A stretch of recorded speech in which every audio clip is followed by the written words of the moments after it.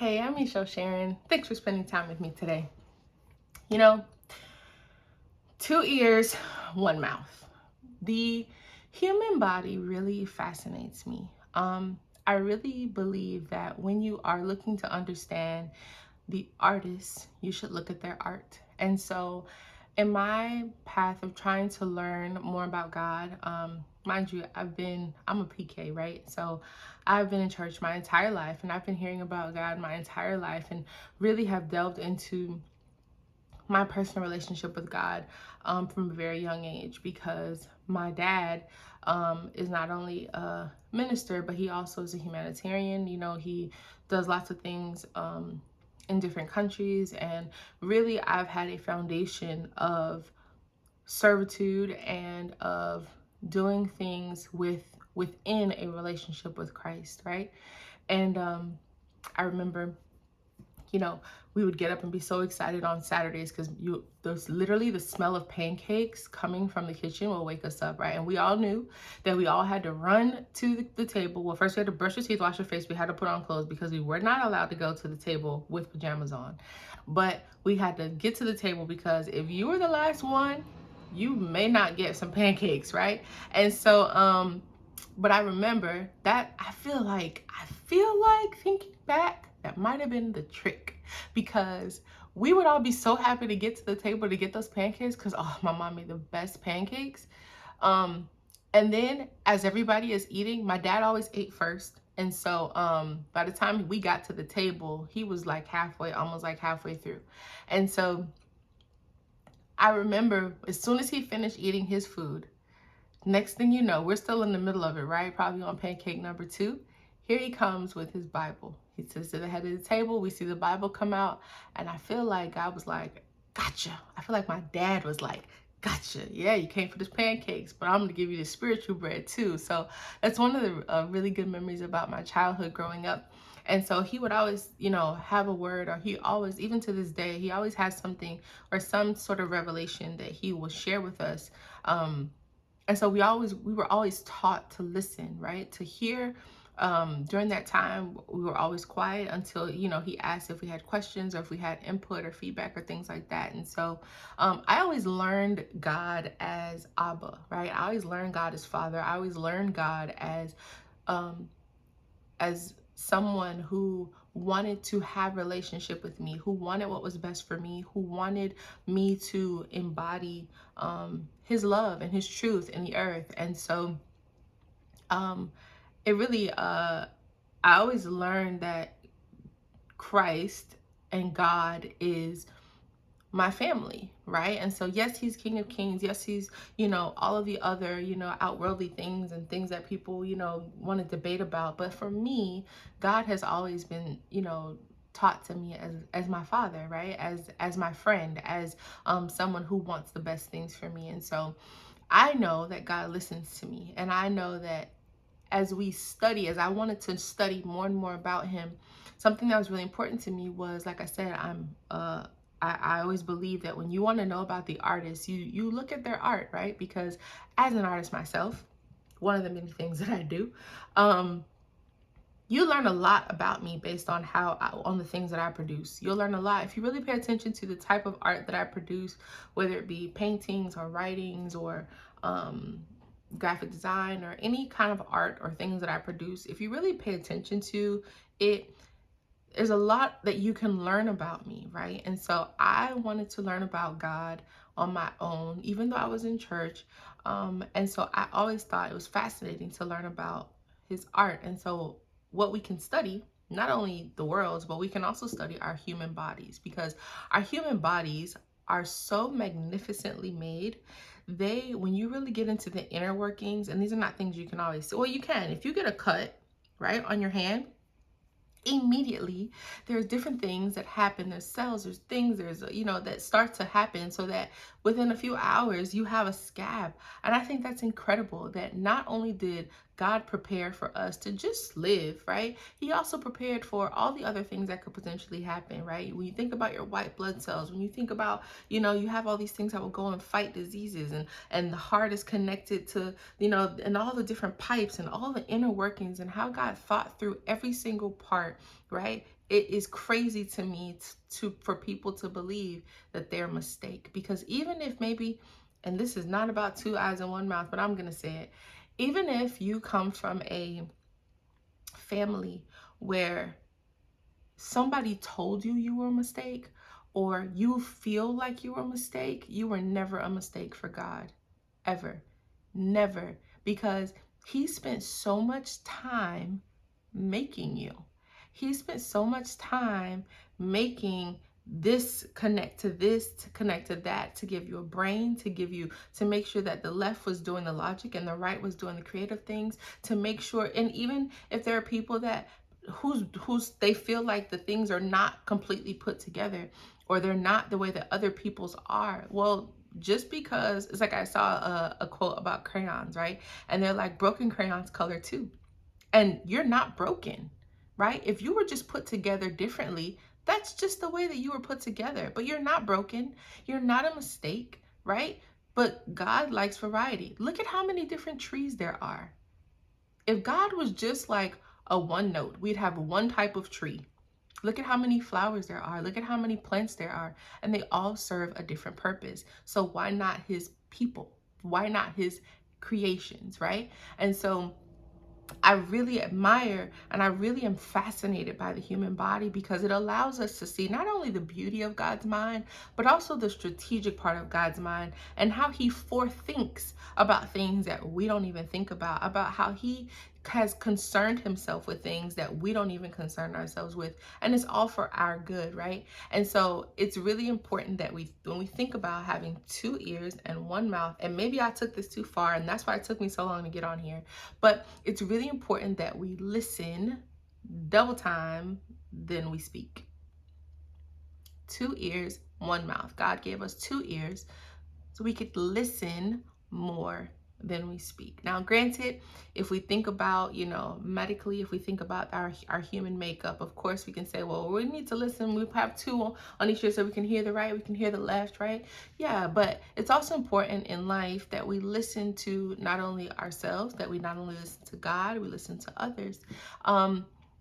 So that we can understand what's happening around us, right? When we look at animals and they have to hunt, or even people as we're walking down the street, it's important that, we're paying attention to our surroundings, because unfortunately, when negative things happen to people, sometimes they don't hear what's happening around them, right? We maybe not hear, oh, if I hear a car accident, if I'm driving down the street and I hear a car accident, well, that can only be happening if I was actively listening. If I had two earplugs in my ear and I'm actively doing something else, right, I can't pay attention to what's happening around me.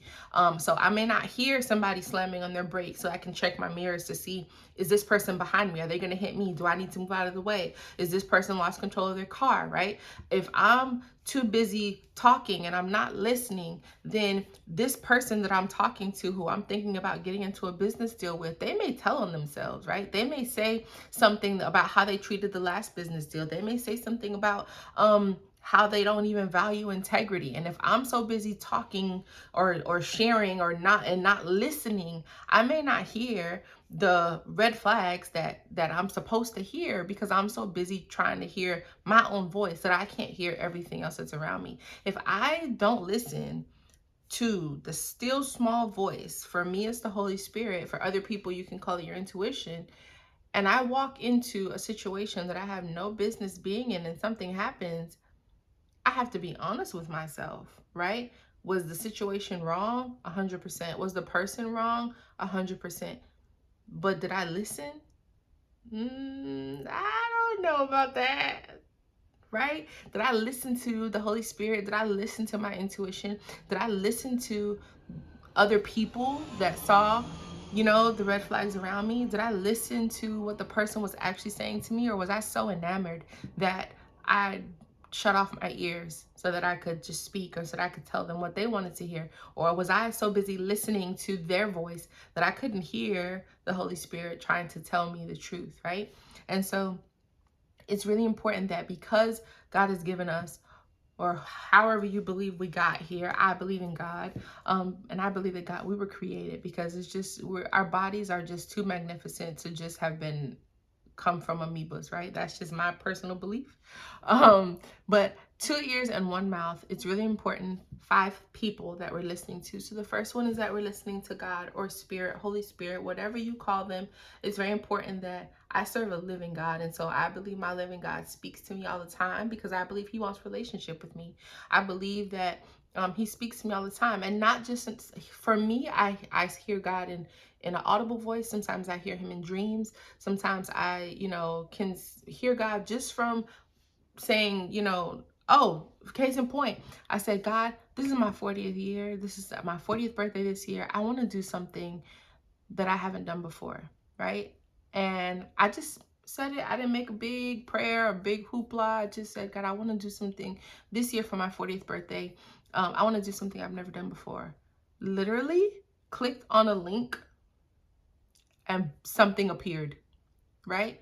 That's the, for me, some people can say, oh, that's just, no, you were just on an ad. No, and I do believe that Google's listening to our conversations, right? But for me, it was the Holy Spirit saying, I heard you, right? He was saying, I hear the desires of your heart. Here's something that maybe you can participate in. And so it's important that we listen to God. Second, it's important that we listen to ourselves, right? It's important that we listen to our intuition. It's important that we listen to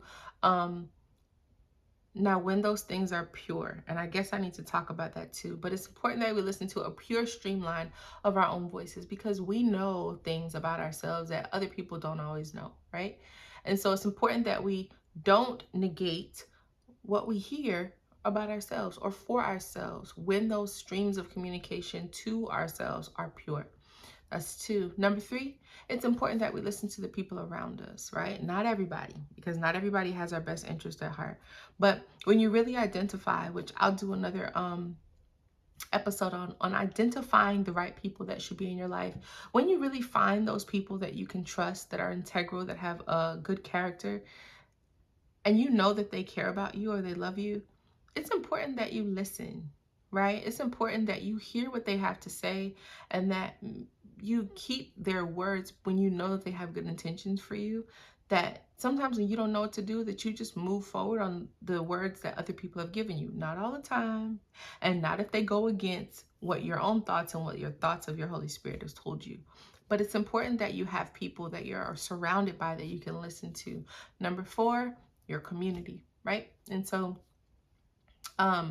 within your community, it's important. Like I said, my dad is a humanitarian. He gives back. So I've grown up being somebody that wants to give back, right? And so it's important that when you're trying to make a decision about how to give back or what to give back to, it's important that you listen to your community. It doesn't make sense to come and build something in your community that your community doesn't need or is lacking, right? Or is not lacking.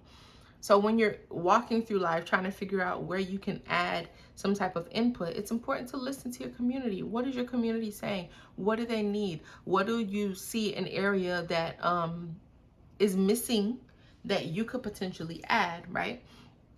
How is it that you can develop and get better so that you can, maybe you notice that leadership is maybe you notice that your leadership in your community is not doing things or doesn't really care about your community. Are you a good public speaker? Are you interested in learning about politics, policies, and law? Are you able to fill in that place so that your community is able to be fulfilled in the areas that it needs to be? And the last one that I have is your family/spouses. And so your family sometimes has memories about things or knows things about you that you don't know. And they also, for me, I'm the baby of the family, so they also know stuff that I haven't gotten to yet, right? And so it's important for me and important for all of us to be able to have family members, if you have family members that are able to speak into your life or give you some sort of direction or give you some sort of helpful information or guidance, right? If you don't have that, then I always believe that your friends can definitely become your family, right? And I honor my friends because you get to choose your friends. And I think that's just really awesome. We don't get to choose our family, except for when you get married, but you get to choose your friends, right? And so choose people that are going to speak into your life. Choose your spouse, right? You get to choose them. So choose your spouse as somebody that can speak into your life, can speak into your next place, can speak into that you're willing to listen to. It's not enough that they can just speak. but somebody that you're willing to listen to when they bring correction to you. Somebody that you're willing to listen to with both ears when they tell you that you're going the wrong direction, or they tell you that, hey, I think that you should try this. Pick people, pick friends, pick spouses, pick relationships with people that are doing something that is going the same path as you, or a path that you want to go, that you're willing to line up and be submitted to their voice. Okay? So I know it's more difficult for us sometimes when we feel like we've listened to people and what they said didn't work, or we've listened to people and we didn't get the results that we wanted. But even in those situations, there's a lesson to be learned.